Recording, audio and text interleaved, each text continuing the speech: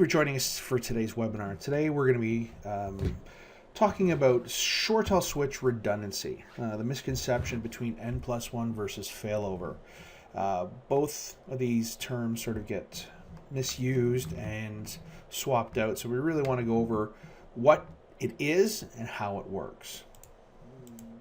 All right, my name is Ken Zrobach. I'm Director of Operations from LANtelligence. I've been working with ShoreTel since release 4.1, I believe, back when the switches still said Shoreline Communications and they were blue, teleworker switch.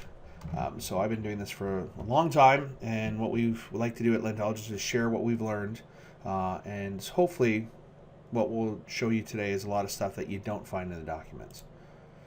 N+1 or dedicated spare switch is the conversation that we're going to have today. What we're going to talk about today is how N+1 and a spare switch scenarios work, some common misconceptions, the difference between N+1 and a spare switch, and best practices for switch redundancy. N+1, same site failover.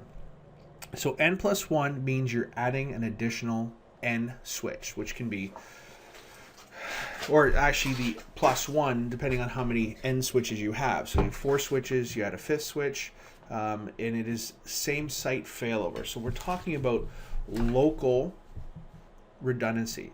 Now, this has been, ever since I've been working with ShoreTel, this has always been a feature that they had, and what they did was keep the failover local to the site. Eventually, they did incorporate sort of network-wide failover, which is the spare switch scenario that we'll talk about later. Okay, so the ShoreGear switch must be capable of supporting the IP phones.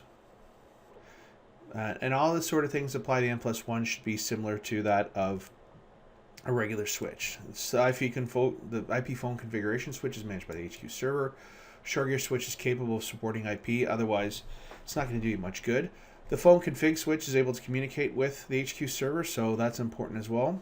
You must have IP failover enabled on the phones, and usually this requires a reboot of those phones. So if you are doing it after the fact, after you've deployed, it will require you to do a mass update on your phones. Not a mass update, but basically to enable that and reboot the phone so they can get that setting. Quick Look must have, also in the Quick Look page, you want to make sure that you don't have IP failover disabled. Because in a lot of times what you might ask, why do I ever want IP failover disabled, is what happens if you're doing some sort of maintenance, or you're specifically taking things down on purpose, or you have an outage over the weekend and you're moving an office, or whatever reason that you're doing some maintenance on the system, you can actually disable the IP failover because you may not want it to fail over because you're going to have to fail everything back. And the spare capacity must be present at the site. Spare capacity must be present at the failover site disabled. Still not sure what that one means, so we'll skip that one.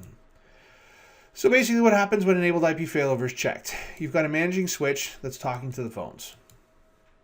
Okay, and they've got a regular heartbeat back to the switch saying, hey, are you there? Are you there? Are you there? And every time they're hearing, yes, I am. Yes, I am. What happens when one of these switches or phones lose that heartbeat back to the managing switch? So it's going to go, are you there? No. Are you there? No. Are you there? And then it's going to say, you know what? The config switch is going to say, well, this phone can no longer sort of connect, so do I have any available IP ports to fail over to? Oh, I do have an available switch with available ports. Now, this doesn't have to be a completely unallocated switch. This could be, this available switch down here could already have, 49 out of 50 resources deployed, but it's going to take this 50, if it's ShoreGear 50, it's going to take this additional one, and the config switch says, oh, guess what, now re-register to that switch as your home switch. Now, if you've ever in the process of seeing this or doing this live in a demo, which I've had, it's probably the longest 3 to 5 minutes of your life. But what will happen is, without any user interaction, as long as there's IV ports available, it's actually going to fail over to the available switch. Now, for the end user who looks at their phone, they may see it quickly blink. If they're already on a phone, so they're on this phone here and they've already got a call that's set up to an outside PSTN caller, and it's on a T1 and it's got a direct RTP stream to it, they won't notice the call, right? If this phone is registered to a T1K or more like a ST200D or 100D or 220T1 that has both, the trunks and the phones, this is a problem. But if your phone here is just registered to the switch and it's connecting to another trunk switch, that call won't drop. It'll stay up. Now, once they hang up the phone, they'll realize that there's not much they can do with it. A regular user, before they even know that the phone is actually failed over, it will fail over, which is always nice to have. So, one extra switch, I usually call this, there's sort of two levels of redundancy. There's the N+1, and then there's the poor man's redundancy. So let's take a look here at what we're talking about is, you've got 200 IP phones. You have 4 ShoreGear 50s. Now, we'll mention best practices, why it's probably better to have 4 50s versus one 220 T1 with no T1 configured to support this. And I will give you a look into the future for power supplies versus one. So what actually happens if you're deploying this from the start, what actually happens is each phone registers and the ShoreTel load balances between those 450. So technically, probably in a perfect world, if you deploy 200 phones, each one should have 50 on them. Okay, and that's fine. But at that point, you have no redundancy. If you lose one of these ShoreGear 50s, those are 50 IP phones that have nowhere to go. That's where you add the N+1. This is the additional spare switch. So if you go in and you add that additional 50 resources, whether it's at the deployment time or after the fact, so let's say that you've deployed 4 switches with 50 resources on it, and then you added the N+1, which now you can do virtually with the ShoreTel IP phone switch, the virtual appliance, is that as soon as one of these goes down, it actually fails over all the resources to this phone. Now, let's take another scenario where you basically had, let's see, we got 5 switches, roughly about 40 IP resources distributed among those 5. If this 50 goes down, that's 40 resources that have to find another place to go. So 10 will go here because that'll make it 50. 10 will go here, 10 here, and 10 there. And now I've got N+1 redundancy, so without you actually even knowing it, all those phones have re-registered. Now keep in mind, this is for IP only. If you've got a physical analog connection, PSTN ports, let's say music on hold, possibly anything, a fax line that goes to the switch that goes down, that doesn't survive. Only the IP phones re-register. So in a typical scenario, we get a call, this system is missing a switch, it's hard down, it's lost its network connectivity. We can actually ship out a new one. You'll get it there the next day, plug it in, you get DHCP, and then we just move those resources back around. And without knowing it, you've sort of been surviving without that additional switch. So common misconceptions. N+1 is differently or specially configured switch. That's incorrect. N+1 at a site will help another site. That is not true. N+1 will help the local site. It's local site redundancy. Now, most customers don't have, or most ShoreTel customers don't have the ability to have additional hardware at every location, especially in branch locations. So we'll talk about the answer for that. And N+1 switches will always be held in reserve. And again, that is incorrect. The N+1 switches are always in active mode. So we'll take a look at those in a few slides. Spare switch. Now this is different from the N+1. This is called the spare switch. This is the network-wide failover ability. So in the previous slides we talked about local site survivability. What happens if I'm not, my company doesn't have bags of money to spend, an extra $2,000-$3,000 at every location to put a spare switch?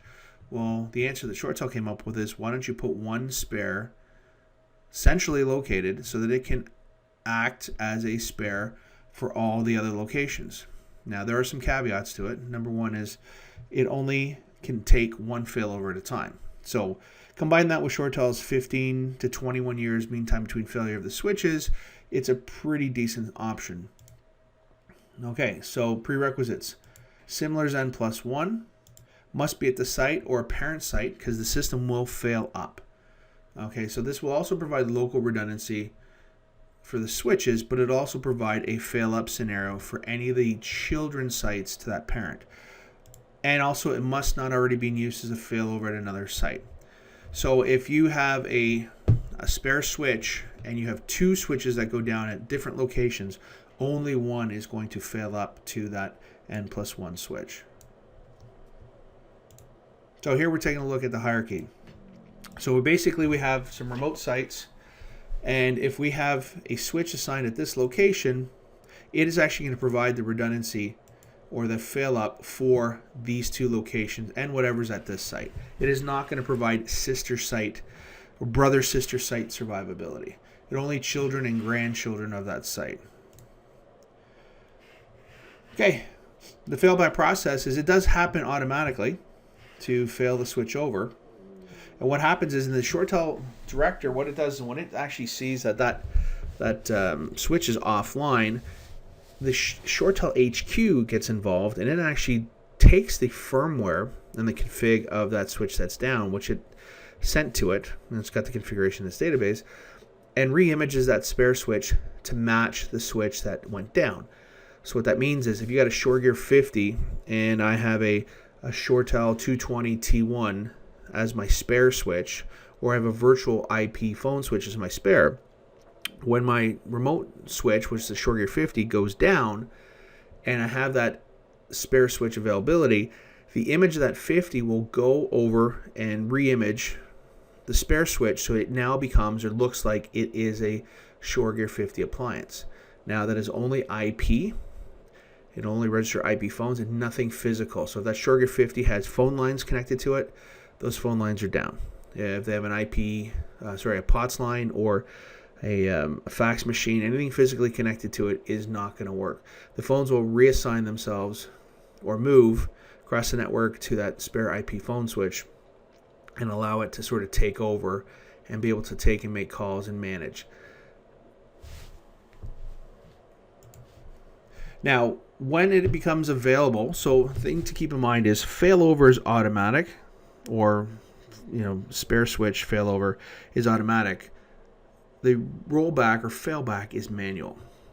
For the main reason that if it's a flapping network that's causing that switch, or something going out, or power outages that are on and off, and you don't have UPS at the remote site, the system is not smart enough to know, intelligent enough to know when the remote issue has resolved. So what it allows you to do is it forces you to fail back, and you'll see down here is one of the options of the switches, fail back to its original spare switch mode, because it's going to require the user to manually put it back into the failback process. Some common misconceptions. Spare switch failover is enabled differently than N+1. That's incorrect. You can have a spare switch and an N+1. That's incorrect. You can have a spare switch and an N+1 switch at your head office at any location, technically. With a spare switch and an N+1, you can have two levels of sort of redundancy. Now keep in mind, with the spare switch, it either requires the hardware to be there, sitting in standby mode, or you can do the virtual, which is free in release 14.2 and greater. The N+1 requires a physical switch, or it requires a virtual IP phone switch, which is in 14.2 or greater. But as long as there's no IP phones registered to it, because as soon as you deploy a virtual phone switch and there's one phone registered to it, it's going to ask you for a license. In a failover scenario or an N+1 scenario, 45 days to resolve, that's not usually an issue. But if you deploy a virtual N+1 switch, you have to make sure that you move all those IP resources off that switch, because ShoreTel wants that licensing fee for having those phones registered to that virtual switch, because they didn't charge you for the hardware, the physical box. Spare switch is available for sister sites, which is not correct. It's available for child and grandchildren. A spare switch can take over physical connections. We talked about this already. No, it only takes over IP connections, so it can't do physical connections. Or SIP proxy for IP phones, or voicemail. So let's say that you had a 90V or a virtual IP phone switch that pretty much looks like a vSwitch on the Linux side. If your remote site has voicemail enabled, you cannot use the failover switch as a spare for voicemail. So what's the difference? Same site, N+1.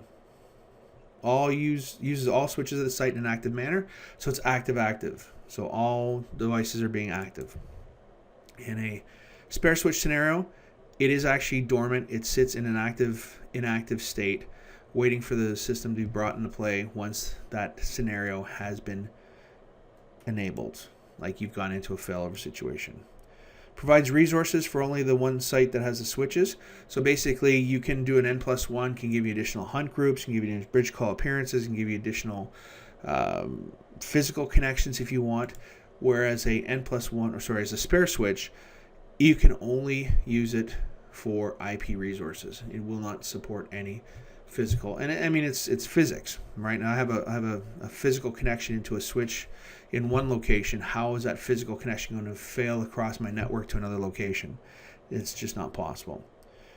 So as I mentioned, allows active use of switches for purposes in hunt groups, conference ports, bridge call appearances, etc. And again, this can only be used as an just for IP resources. Now let's talk about best practices. So typically you want to put your spare switches as high up as you can, especially if you have limited amounts. If you can or have the ability to have multiple pieces of hardware and you have the luxury of having that, you can put these spare switches at all locations. But most companies don't have the budget to spend whatever money they want. So a lot of times you want to put it at the parent site, the parent of the parent, which is the HQ. Also, several small switches versus one large switch for a number of reasons. Load balancing, multiple power supplies. Again, when it comes to something like the single power supply on the switch, a 220T1 that supports 220 IP resources plus a T1 has a single power supply. I would much rather have a 220T1 with 100 users on it and have that T1 as a backup, and have a ShoreTel T1K or a 1D as my primary, so if that 1D ever goes down, I can actually plug in that PRI to the other location. So, be careful of single power supplies. Obviously, you don't want to use your V-enabled switches, your ShoreTel 90V, 50Vs as spares. You can use the virtual phone switch, IP phone switch in release 14.2 and above to maximum of your failover capability.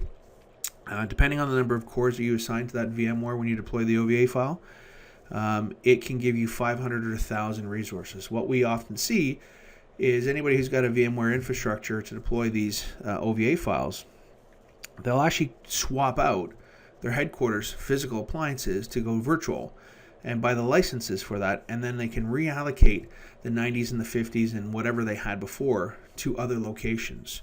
So you could add additional redundancy to remote sites. You're opening a new site, you just repurpose what you currently have, and really you've already paid for the hardware, why don't you just reuse it? Because obviously most companies can't deploy virtual switches at a remote location because the VM infrastructure is usually centralized at their data center. And the last point is VMware switches can be implemented at zero cost. So if you have the real estate available on your VMware, you can deploy as many of these virtual IP phone switches in either active or spare as you want, and as many locations as you want. So there's no saying that you can't have two N+1 virtual IP phone switches at your headquarters to accommodate two concurrent outages. And it can go from 500 to 1,000 IP resources if you're using it as a virtual IP switch. So again, with virtual IP switches, there is no physical connections to it. Again, it's IP only. All right. This is a recording of a previous webinar that we did. And if you have any questions or concerns, this is where you can reach us at. You can follow us at Twitter at LANtelligence.1 or LANtel Canada, which is the same info. You can follow us on YouTube and subscribe to us on YouTube. And what we like to do is we put a lot of our sort of self-help videos for our customers on there. So things like, how do I deploy a virtual appliance? How do I add an SSL cert to my conference bridge? How do I add users in mobility? How do I add agents in ECC? So really the ability for you to go and sort of use that as a self-diagnosis before calling us. And then we've had numerous calls where, clients have called up and said, I've watched your video 3 times and I still can't get it to work. Can you help me out? And also we're on LinkedIn. So one of the things with the YouTube videos, if you come across anything that you wanted to see or weren't sure how to do, feel free as a suggestion to send me a note, and I'd kindly encourage that so that I can create more videos, because a lot of times these videos, we lose sight of sometimes the complexity or the knowledge of it. If somebody's only looking at it on occasion, they might not remember the stuff that's sort of old hat to us. So when we get requests, say, how do I do this? Really, instead of telling it, we like to do a video and then let you guys know and be able to drive it from there. So feel free to reach out and stand by for our next webinar. And let us know if you found this helpful or not. We'll talk to you soon. Bye.